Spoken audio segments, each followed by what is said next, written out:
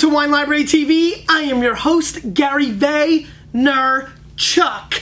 And this, my friends, is The Thunder Show, aka the internet's most passionate wine program. The Big Ass Glass is out in full force because we are doing a blind tasting. Umar, I need a pen.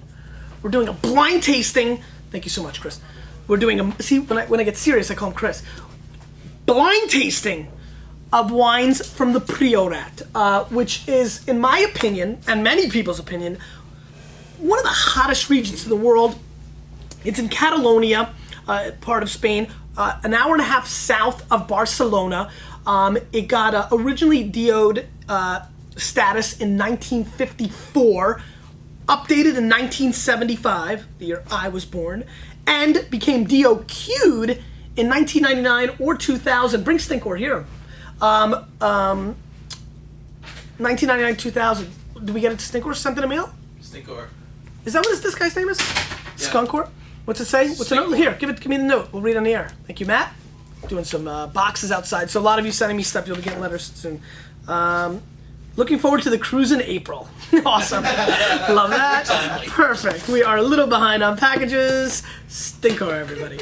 Anyway, the phone is here if Lizzie calls. 1999, 2000, I can't remember now, DOQ'd, only Rioja has that status. Priorat is clearly the player now of cult wine status. Clos Erasmus, Clos Magador, these wines come from the Priorat. There's about 80 or so wineries there these days, and the predominant grape is Grenache. There's also a good amount of Carignan, and a little bit, now allowed, recently, I don't remember when that was done, Cabernet Merlot and Syrah as well. About 2,500 acres planted to wine. Very low yields, high hillsides. The wine's really stressed to get the water. They're workers, they're tough, they're old school, and they really work for it. Big concentration. These are big wines. This is big wine. Big. So please don't get tricked into thinking you're getting something a little subtle when you crack open. I don't even know where I was going with that. Crack open a bottle of Priorat because they're big wines. And I'm excited about trying these 5 head to head. They're expensive. But we will taste these and we will rate them. Blind tastings, people have been asking, Mott. Because read the comments, and we've got some from yesterday's episode. If you remember, yesterday was the big debate.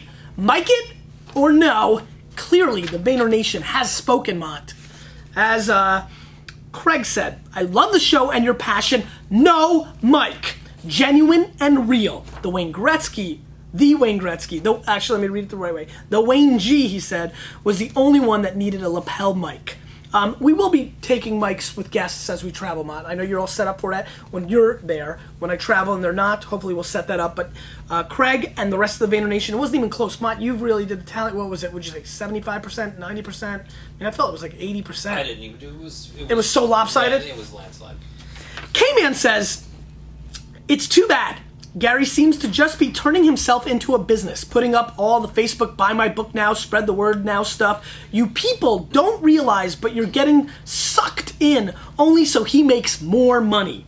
It's not the same Gary as I knew from years ago when I first started watching. I've been a fan since episode 14, and it's not the same anymore. Oh well. K-Man, I really apologize. Obviously, I am very excited about the book, and I've been talking about Crush It. Thank you for allowing me another platform to do it, and I do apologize. And obviously, listen, if you've been watching since episode 14, I hope, at no cost, by the way, Mott, I hope that you realize who I am as a human being. I'm just about to retire from answering my email, so it's tough for me to say this, but I've answered all my email. It's not scalable anymore. It's a little inside scoop to the press con. I'm having an email press conference, Mott. I just hope you know who I am as a human being. A lot of you do. I've met enormous amounts of thousands of you. I'm an entrepreneur, no doubt about it, but I feel like I've paid my dues. I feel like I've been transparent enough for over 3.5 years now, Mott. I understand where you're coming from, K-Man. I hope that one show where I was being silly, I was really trying to gaff, but promote the new book, Crush It.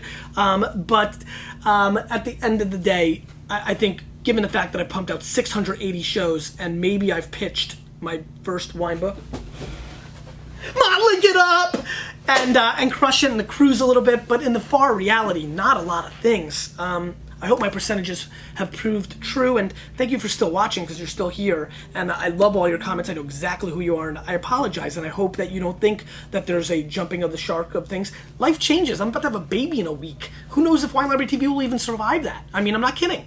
It's a big game changer. My brother AJ and I have started a VaynerMedia and marketing company. There's a lot going on in my life, and but I still continue to pump out. I mean, there's so many people in my world that keep whispering in my ear that it's time for this to end.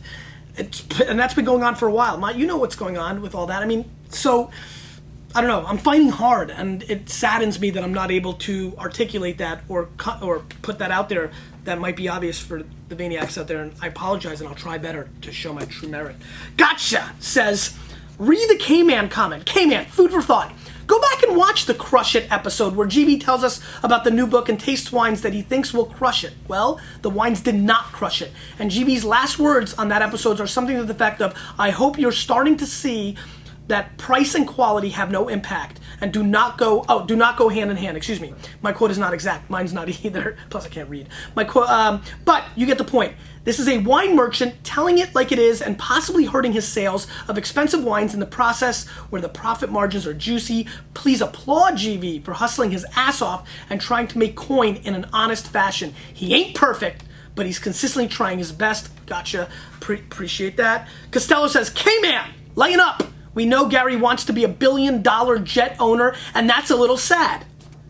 Is it sad that, or is he not a Jets fan, or does he think that's too small of an ambition? Because I can go higher. I want to own the moon.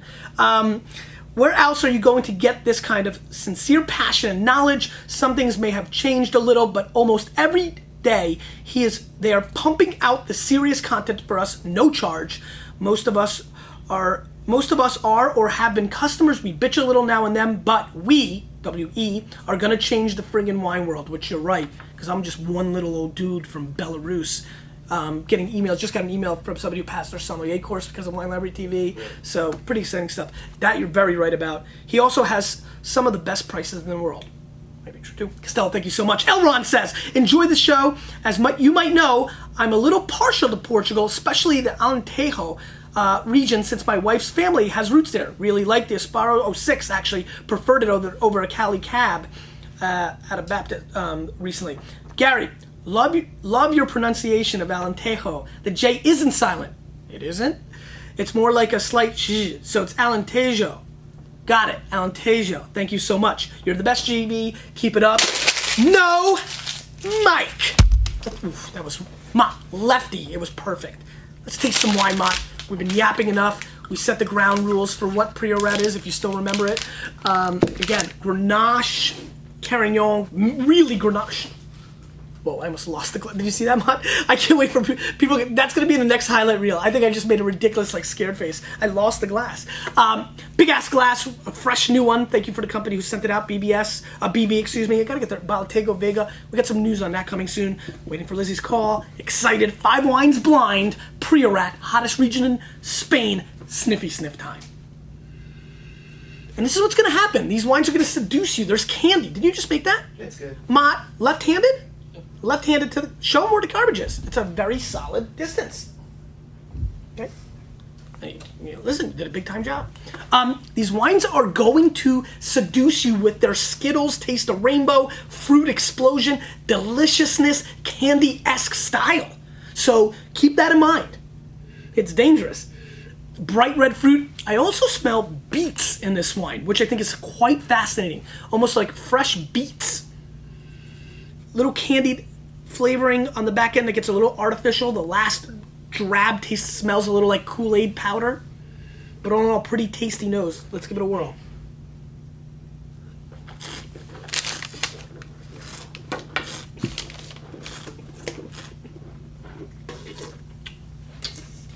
Big mocha coffee. Good length. Good minerality. Very delicious, over-the-top structure. I like the darkness of it, dark chocolate coming through. This is just yummy. This reminds me of what I wish a $25 California Cab would taste like, and used to. This reminds me of a lot of the really good Flora Springs. And again, this is not a Cabernet, but it's a big red wine that's delicious and has muscles, big ones that I couldn't even show you right now because I don't have those kinds, if any. But 94 vintage California Cab was such an amazing vintage. 95, even more so actually. There was a boatload of $25 to $30 wines that were just rocking. So I'm a little bit worried about this wine because, it's probably a $50, $60 wine. These wines get expensive. But if, there's just something in my memory that just hit me that just reminded me why I loved California Cabs at $29.99, $34.99. This would still be a very high quality wine in today's market at $45, $50. The structure is sensational. There's minerality in the mid palate. There's great tannins on the back end. This wine will last for 7 to 10 years. This is a very good start for Priorat. On the third show, a little hot on the back end. The beet flavor is so pronounced on the nose. It's quite fascinating, actually. Let's move on. Let's move on, Mott. Little rinse. This is wine number 2. Good. Wine numero dos.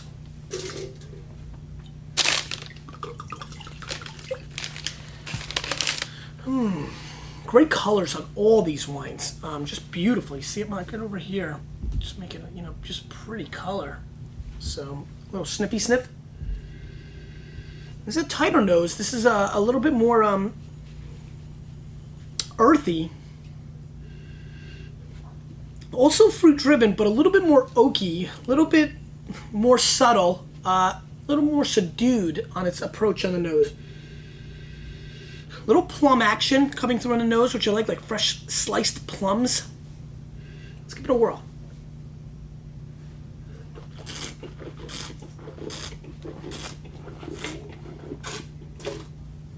Gotta be somewhere, Matt? No. That was funny. I was like... Just for lost track of time. Very dry. It's a very dry wine in comparison to the last wine. It does have the black inky, almost like squid ink pasta. Like just the squid ink part of it. I like it quite a bit. But it's a little dry and a little awkward, a little functified. There is very dark fruit, whereas there's more candied-esque cherry red stuff going on in the first wine. This is more of a dark night play. This is Batman in your mouth. And Robin's not far behind because it gets a little light and cutesy on the back end and falls off a hair.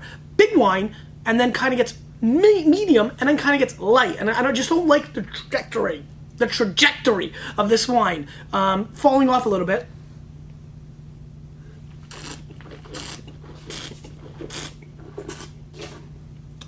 But I do like the dryness of it. It just gets a little light on the hair end. Not bad. It's actually quite solid. The first one was solidly better. Okay, 3. Wine number 3, Mott. Zoomy zoom. Zoomy zoom zoom with a boom boom. Just shake your rump, Mott. That would be huge ratings, Mott. They love you so much more than me. You need to pump out a show. I'm going to switch sides. We'll see you guys in 2.5 years. 3.5 years. See you in 3.5 years. See what you think. I'm really good with the camera. You saw my zoom in style the other day. You're like, do not zoom in on my face. All right, sniffy sniff. Totally different wine. Very, very perfume floral on the nose. Rose petals, lilacs, pansies, all those different flowers coming through on the nose. Very, very floral.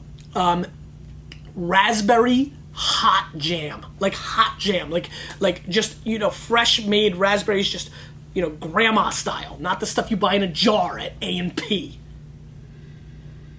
Let's give it a whirl.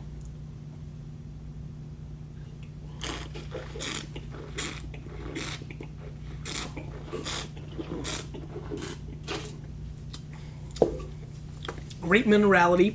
I get a sausage play on this wine, almost like kielbasa kind of thing going on, which I like quite a bit actually. Minerality, so kielbasa mixed in with like rocks. Again, plum juice, very obvious. A little more length than the last wine for sure, and a little more oomph. Still not of the structure of the first wine, but a really nice wine. I like it. Again, this is probably going to be expensive. Priorats are, so is this 50, 60 bucks? Maybe not, but very good wine. As you can tell, I treated myself today, Mott, so I'm excited about that. Good wine, but kind of like textbook. It's kind of like AJ's graduation speech. This girl gave graduation speech. It was really good. Like a student, it was really solid. Like the exact thing you expect from like a straight A student. Though I don't think she was. She wasn't the valedictorian, but you know what I mean. Just like that's the speech. Like be you, and you know, calm and all this stuff, and very tied it in. But just like no passion. That's what this wine's all about. Really good, well made. Probably appease 90% of the people out there, but when you're drinking a lot of wine and you're looking for those subtleties, those little characters of charisma, differential, kind of like a mole on a face, and you like it. You know what I mean? Like those kind of Cindy Crawford. You know, you're looking for those little things. You don't want manufactured Ken and Barbie. You want those subtleties. You want those little aspects in life too. That when you start understanding something, you're looking for something different, and that's what's going on here for my palate. This is good wine. Just, I'm looking for something a little different, man. You know? Is that alright with you? Would not be alright with K-Man. Alright, a little rinse. No, I mean, I really appreciate where the comments are coming from, K-Man. We're not looking to switch, and I really, honestly, am downright humbled that you've been here since episode 14, so I appreciate that. Alright, wine number 4, Sniffy Sniff. By far the biggest nose. This is candied grenadine meets pomegranate. It's got all that kind of aromatics going. I mean, I really feel like I went through like a pomegranate car wash. You know when you go through the car wash, it like just consumes everything, your car, different things. You put that little pine tree in your rear view mirror. There's like a pomegranate pine tree in your rear view mirror in the seats. Very inky. Gets a little functified. A little like almost like a pig farted. Like, and you didn't get swine flu luckily, but it, like a pig farted at the back end. So a little bit of that kind of action going on as well. Let's give it a whirl.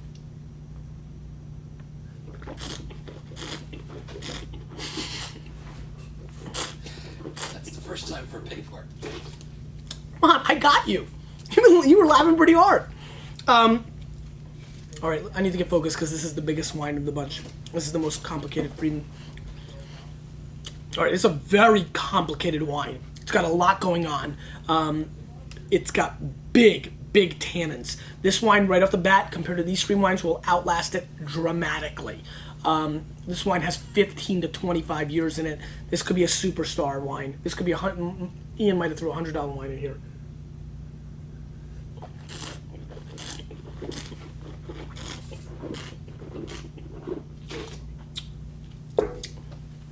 Bombastic tannin structure. This wine's borderline angry. I feel like it's drinking me instead of me drinking it. It's got huge oak though. There's absolutely the oak monster in this wine. However, I give this wine enormous credit because I didn't pick up on it until the bitter end. It's so big, so complex, high cocoa count, dark chocolate, things of that nature kind of flavors. That pomegranate flavor is continuously in play. If you've ever eaten pomegranate, you know how high those tannins are. There's that black green tea thing that I talk about coming through in this wine. Leather. This is very complex wine. Very, very early for this wine. It is not time to show this wine. This is a good 5 years to 25 year window. 5 years from now is when we want to start looking at this wine. That being said, it is an absolute superstar of a wine for people that love New World, and it's probably too big for people that like classic Burgundian Bordeaux style stuff.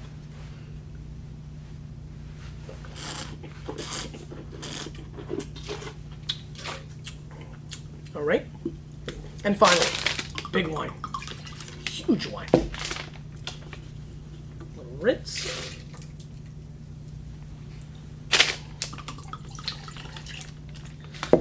Let's give this wine. Oh, you notice the haircut?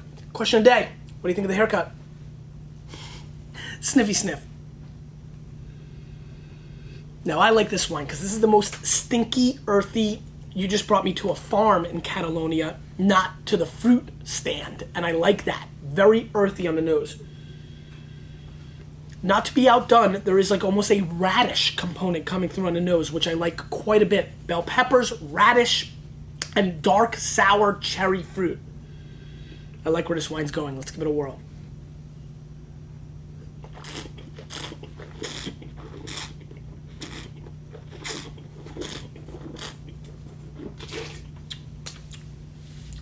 By leaps and bounds, the lightest wine of the four. However, like so many Pinot Noirs, the most explosive. mushroom cloud of flavor in my mouth, hitting all parts, minerality mixed in with fruit, mixed in with earthiness. Definitely the most multi-dimensional of this wine. This wine had more flavors, but there's dimensions here. What I mean by that is there's layers of flavor. It's not like all the flavors came at once. There's subtleties. As I'm speaking to you, the finish continues to go on, which I like. I really like this wine. But it's lighter. So if you're looking for that massive left jab in your grill piece, you're not going to get it with this wine. This is more just like a nice... What I like about this is the most drinkable for sure, yet has a lot going on.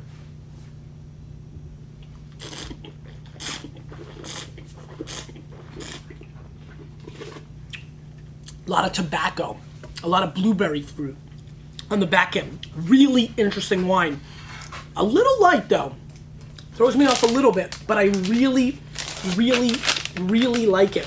And now I'm going to rate these wines.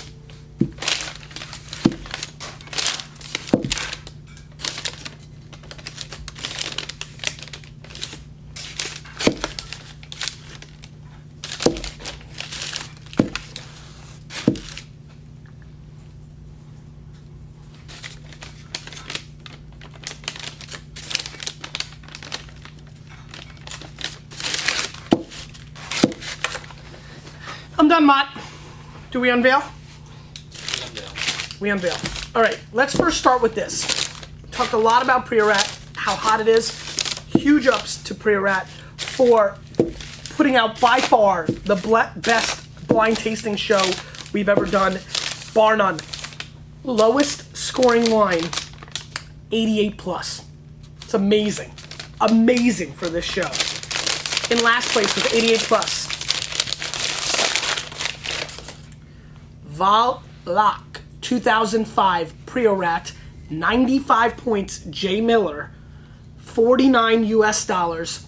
It is 65% Carignan, 15% Syrah, 15% Cabernet Sauvignon, and 5% Merlot. What's interesting here is the lack of Grenache in this wine. Most producers go Grenache heavy. This went Carignan heavy. That's an interesting thing to note. Maybe it's a palate thing. 96 points. Did I say 95? 96 points.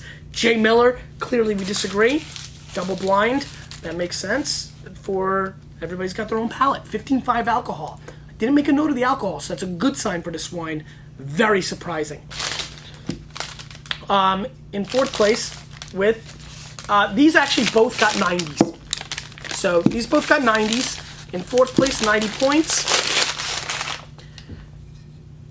Vega Escal Priorat 2005, 90 points J. Miller, 60% Carignan, 30% Grenache, 10% Syrah, 90 points J. Miller, same as me. Just really fascinating to see how different palates work, right? I mean, look at that.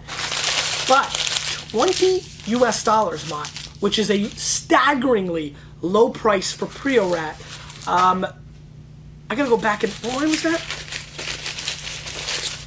Wine number 3. I liked it. Very good. Very good. And very good. I'm very surprised by that wine. Price-wise. We don't have a lot that go that low, so that's impressive to see. Wine number 5 also got a 90, so these really got rated the same way. Valak 2004. Very cool. 93 points Wine Spectator, 65% Carignan, 20 Merlot, 15 Cab, $69, $20 more than the 05. I scored it a point and a half, I guess, different, 88 plus to 90. It's 20 bucks more, and it's a different blend because there's no Merlot. Oh no, there's 20 Merlot here. There's no Syrah in the 04. Interesting. Okay. Clearly, I'm not as high on Valak as everybody else, Mott. In second place, and again, it's not for every palate. It was a little over the top for me, but I couldn't deny its overall quality. I'm going 90 plus on this wine. I was everywhere between 93, 89, 90 plus. You know, 93 is where I would rate it for the store. You know, like I kind of taste wine like this for the store. That's like a store customer. So you can see, I think a lot of you would like it. 89 is like my palate. Then I kind of rethought. It was a little bit better than I thought. 90 plus points. Clos Galena 2005 Priorat, 95 points J. Miller, 40 US dollars. It is 40% Grenache. Clearly I like the Grenache more. 20 Carignan, 20 Cab, 10 Merlot, 10 Syrah. I thought it was very good. It's a very big wine.